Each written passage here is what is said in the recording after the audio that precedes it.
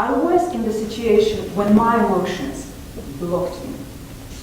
But then I applied a strategy of stepping into the other person's shoes, and I was able to stream my emotion for my benefit.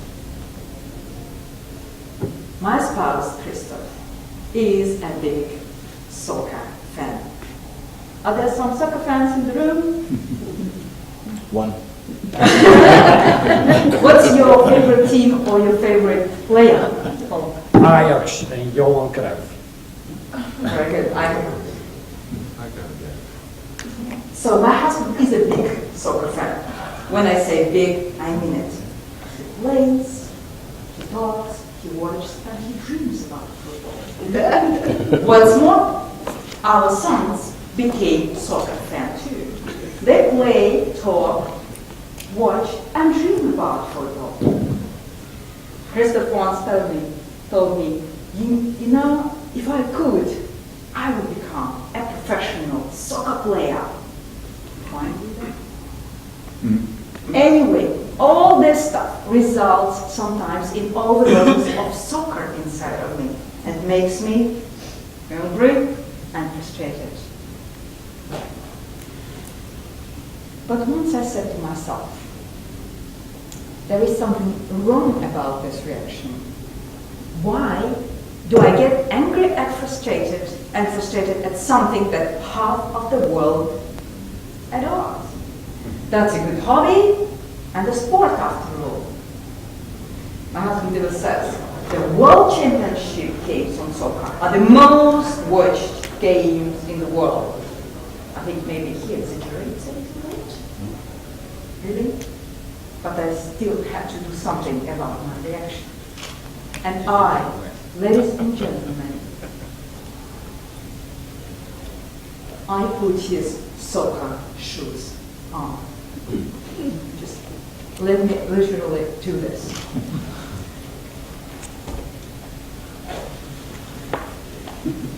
So, it felt uncomfortable at the beginning. But then I pushed away all these negative feelings about this. And I just imagined this excitement of a game, the spirit of a team, the pinnacle of a goal. I imagine how he can dive into this world of soccer, releasing his emotions there. That's pure source of energy, isn't it? I was an obstacle there by buying time all the time on this bloody soccer stuff and being angry. So I asked my self-awareness, what's going on?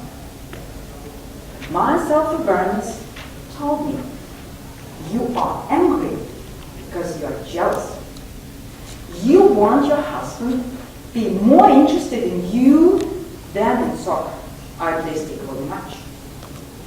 You are frustrated because you don't accept that soccer is worth investing so much time in. Householding activity, in your opinion, could be a much more useful place where he can spend his time. I said, okay, I'm following you. But what do I do about this? I asked my self-management. And self-management answered, you have to work with your values and beliefs.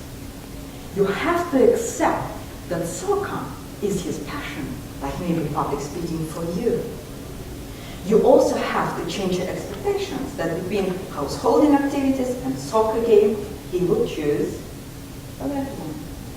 And you better find a hobby for yourself that will give you as much energy as soccer gives to your husband. And then your husband will be more interested in you than ever before.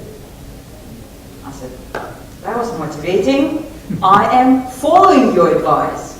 And really, I was able to change my attitude towards soccer. And my emotional reaction changed too. There is a direct dependency between what you think and how you feel about this. When I think about soccer now, like soccer for him is something as public speaking for me, I don't get that angry and that frustrated. And social awareness whispered in my ear, reward on your invested energy is to come. And rather soon my husband offered me to listen to my speeches, even provided me some feedbacks. Maybe one day I'll motivate him to give a speech on soccer. And relationship management noticed such an exchange is very, very beneficial for your relationship. Like this, you build it up instead of destroying it. So, thank you, emotional intelligence, for liberating me from being angry and frustrated and feeling me. And I felt myself like a more caring partner. The picture changed completely.